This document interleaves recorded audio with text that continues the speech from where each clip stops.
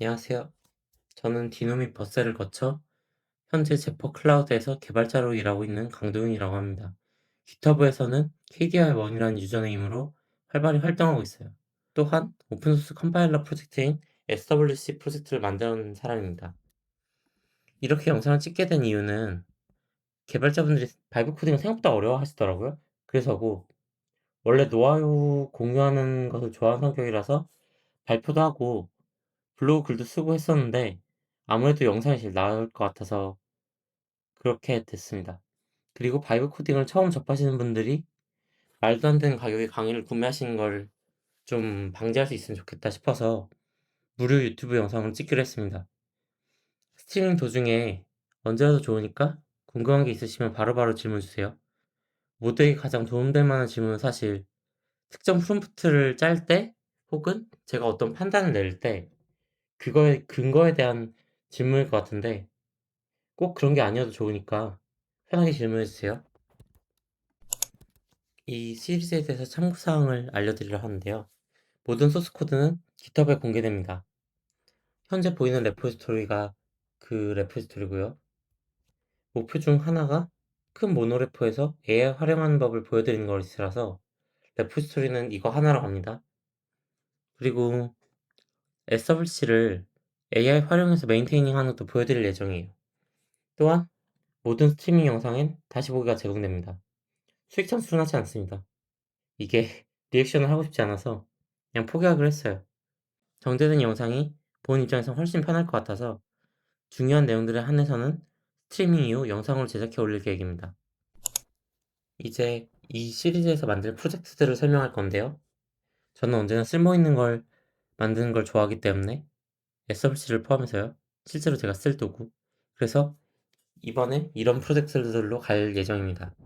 또한 제가 이거를 V제로를 활용해서 다이어그램을 만들어뒀어요. 각 프로젝트를 설명하기 위해서. 첫 번째 프로젝트는 노드업입니다. 노드업은 Node.js 런타임 버전을 관리해주는 도구인데요. 약간 NVM과 비슷한 역할이지만 러스트업과 비슷한 방식으로 작동을 합니다.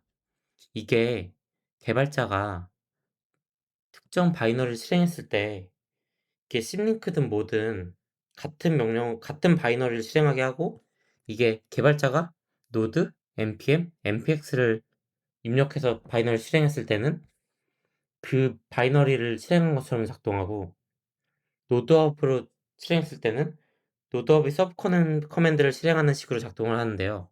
이게 러스트업의 작동 방식이에요.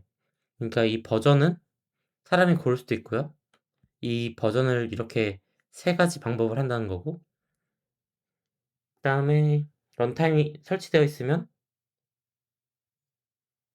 그 명령어를 실행하고 그러니까 npx 노드 npm 이런 거요.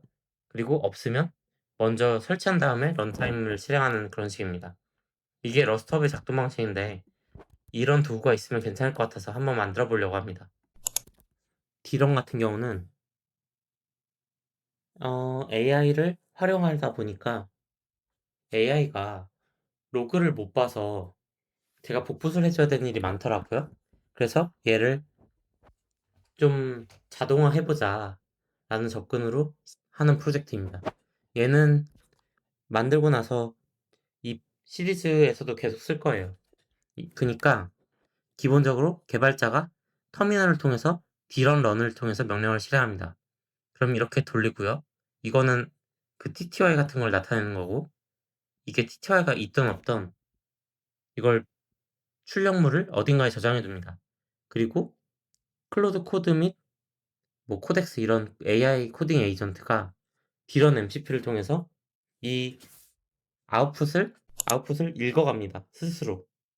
그러면 그 터미널 로그를 복붙해 주지 않아도 AI가 알아서 읽어갈 수 있게 되는 거예요. 이러한 도구고 있으면 유용할 것 같아서 만들어 보려고 합니다. npf 같은 경우는 블루투스 마우스입니다. 근데 이제 모바일 앱이 블루투스 마우스인 거예요. 스마트폰을 터치패드로 쓰되 이거를 버튼이 있어서 좌클릭 우클릭도 할 수 있게 하고 이렇게 해서 블루투스를 활용해서 컴퓨터에서는 얘가 마우스처럼 등록되게 하는 게 목표입니다. 사실은 컴퓨터에서 쓰려는 건 아니고요. 그 아이패드 같은 걸 할 때 아이패드를 어디다 매달아 놓으면 조작할 때 팔에 올라가잖아요. 그거를 피하기 위해서 만드는 겁니다.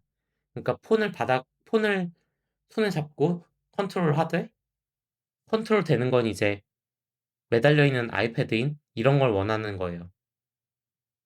안드로이드부터 하는 거는 얘가 블루투스 HID가 필요한데 아이폰에서 좀 까다롭더라고요. 아니 까다롭대요 코덱스가. 경고하더라고요. 그래서 일단은 아이폰은 미뤄두고 안드로이드 우선으로 가려고 합니다. 사실 뭐라고 읽어야 되는지 저도 모르겠는데 얘는 그러니까 환경 변수를 안전하게 공유할 수 있게 해주는 서비스예요. 그러니까 환경 변수 파일을요. 그 다딘브 파일이나 클라우드 플레어 워커의 데브 발스 파일 같은 경우를 얘기하는 건데요. 그런 파일들을 안전하게 공유하기 위한 서비스가 좋은 게 있기는 한데 뭔가 좀 지나치게 비싸기도 하고 뭔가 좀 쓰기 불편해서 이거를 데브킷 같은 경우는 여러 가지를 넣을 건데요. 그냥 넥스트 16 기반의 플랫폼이고요. 얘는 개발을 도와주는 잡다한 웹앱을 그냥 박아놓는 저장소라고 생각하시면 돼요. 마이크로 앱 여러 개로 구성된 그런 웹 기반 도구입니다. 여기서 넣을 건 커밋 트래커와 리모트 파일 피커 그리고 더인브를 위한 어쨌든 그걸 위한 웹 콘솔이 있을 거고요. 일단은요. 나중에 계속 추가를 할 거예요. 필요한 서비스가 있을 때마다 여기다 그냥 오픈소스로 해도 되는 거면 여기다 구현해서 박으려고요. 그렇게 계획하고 있습니다. 커밋 트래커라는 프로젝트가 데브킷에 들어간다고 말씀드렸는데요. 얘는 그러니까 CI에서 추적하는 걸 도와주는 건데 무슨 뜻이냐면 개발을 하다 보면요. GitHub 커밋마다 어떤 데이터를 추적하고 싶을 때가 있어요. SWC, RSpec, Next.js 등에서는 바이너리 사이즈 이런 게 있고요.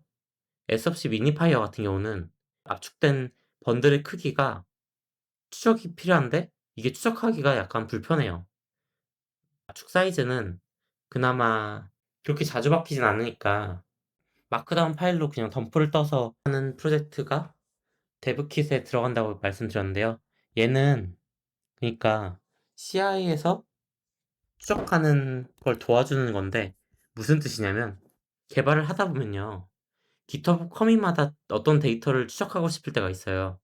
SWC, RSpec, Next.js 등에서는 바이너리 사이즈 이런 게 있고요. SWC 미니파이어 같은 경우는 압축된 번들의 크기가 추적이 필요한데 이게 추적하기가 약간 불편해요. 압축물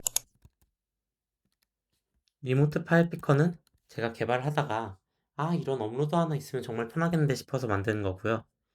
얘도 아마 제가 서비스를 만들게 되면 실제로 쓸 거예요.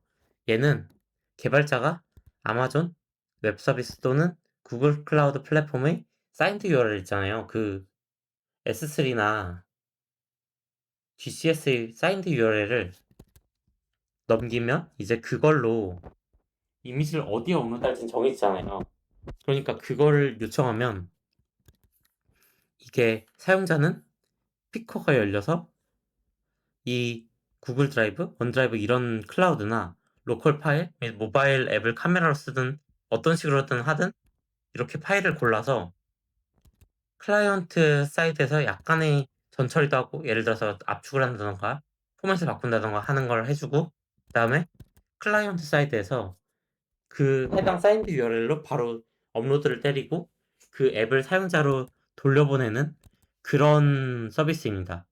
그러니까 얘가 되면 매번 파일 입력 창에 대해서 구글 클라우드 피커 뭐 이런 거 붙일 필요가 없이 한 번만 그냥 SDK도 제공하고 이래야 되는데 얘가 있으면 이제 연동을 한 번만 하면 구글 드라이브, 원드라이브, 로컬 파일, 모바일 카메라 이런 걸 다 활용할 수 있고 또 크락도 되고 그런 파일 피커가 되는 거죠. 그런 프로젝트인데 그 모노레포에서 같이 있으면 좋을 것 같아서 얘도 같이 보여드리려고 합니다. 도움이 되셨다면 구독 및 좋아요 부탁드립니다.